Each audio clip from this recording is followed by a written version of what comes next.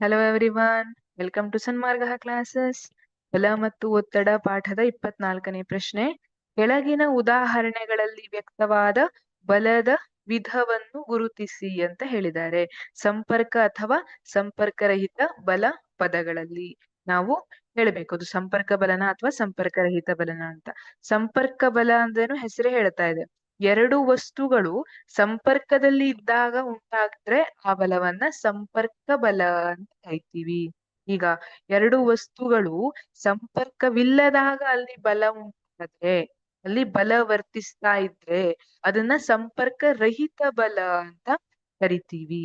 ಉದಾಹರಣೆಯನ್ನ ತಗೊಂಡ್ರೆ ಇಲ್ಲಿ ನೋಡೋಣ. ಇಲ್ಲೇ ನಾವು ನೋಡ್ತಾ ಹೋಗ್ಬಿಟ್ರೆ ಗೊತ್ತಾಗ್ತದೆ. ಮೊದಲನೇದು, ಸೂಕ್ತವಾದ ಸಾಧನಗಳನ್ನ ಬಳಸಿಕೊಂಡು ಕಬ್ಬಿನ ರಸವನ್ನು ಹೊರತೆಗೆಯುವುದು.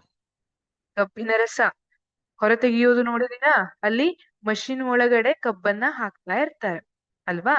ಇಲ್ಲಿ ಮಷಿನ್ ಒಳಗಡೆ ಕಬ್ಬನ್ನ ಹಾಕ್ತಿದ್ದಾರೆ. ಆ ಮಷೀನಿಗೆ ಮತ್ತೆ ಕಬ್ಬಿಗೆ ಸಂಪರ್ಕ ಇರುತ್ತಾ ಇಲ್ವಾ? ಇರುತ್ತೆ. ಹಾಗಾಗಿ ಇದು ಸಂಪರ್ಕ ಬಲ. ಇದು ಸಂಪರ್ಕ ಬಲ. ಎರಡನೇದೇನಿದೆ? ಆಯಸ್ಕಾಂತದ ಕಡೆಗೆ ಕಬ್ಬಿಣದ ರಜಗಳ ಆಕರ್ಷಣೆ. ಇಲ್ಲಿ ನೋಡಿ, ಇಲ್ಲಿ ದೂರ ದೂರದಲ್ಲಿರುವಂತಹ ಕಬ್ಬಿಣದ ರಜಗಳೆಲ್ಲ ಏನಿದಾವೆ ಅಲ್ಲ, ಇಲ್ಲಿ ಆಕರ್ಷಣೆಗೊಳ್ತಾ ಇದೆ. ಮೊದಲು ಇವುಗಳ ನಡುವೆ ಇಲ್ಲಿ ಇದನ್ನ ಬಿಟ್ಟು ಬಿಡೋಣ, ಇದು ಆಮೇಲೆ ಬಂದು ಅಂಟ್ಕೊಂಡಿರೋದು. ಆದ್ರೆ ಅದಕ್ಕಿಂತ ಮೊದ್ಲೇ ಏನ್ ಆಕರ್ಷಣೆ ಆಗ್ತಾ ಇತ್ತಲ್ಲ, ಅವಾಗ ಅವುಗಳ ನಡುವೆ ಯಾವುದೇ ಸಂಪರ್ಕ ಇರ್ಲಿಲ್ಲ. ಈಗ ನಾವು ಇದನ್ನ ಈ ಅಯಸ್ಕಾಂತವನ್ನ ಕನ್ಸಿಡರ್ ಮಾಡಿದ್ರೆ ಇವುಗಳ ನಡುವೆ ಯಾವುದೇ ಸಂಪರ್ಕನೇ ಇಲ್ಲ, ಆದ್ರೂ ಅವುಗಳು ಆಕರ್ಷಣೆಗೊಳ್ತಾ ಇವೆ. ಇದನ್ನ ಆದರೂ ಆಕರ್ಷಣೆಗೊಂಡು ಸ್ವಲ್ಪ ಹೊತ್ತಿಗೆ ಬಂದಿಲ್ಲ ಅಂಟ್ಕೊಳ್ತವೆ ಅಲ್ವಾ. ಇದು ಅಲ್ಲಿ ಯಾವುದೇ ಸಂಪರ್ಕ ಇಲ್ಲ, ಆದ್ದರಿಂದ ಸಂಪರ್ಕರಹಿತ ಬಲ ಅಂತ ಅನಿಸ್ಕೊಳ್ಳುತ್ತೆ. ಮೂರನೇದು, ಮರದಿಂದ ಬೀಳುತ್ತಿರುವ ತೆಂಗಿನಕಾಯಿ. ಮರದಿಂದ ನೆಲಕ್ಕೆ ತೆಂಗಿನಕಾಯಿ ಇದೆ.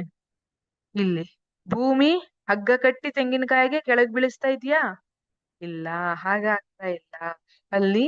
ಮತ್ತೆ ಇಲ್ಲಿ ಭೂಮಿ ಮತ್ತೆ ಈ ಮರದ ತೆಂಗಿನಕಾಯಿ ನಡುವೆ ಏನೂ ಸಂಪರ್ಕನೇ ಇರ್ಲಿಲ್ಲ ಅಲ್ವಾ.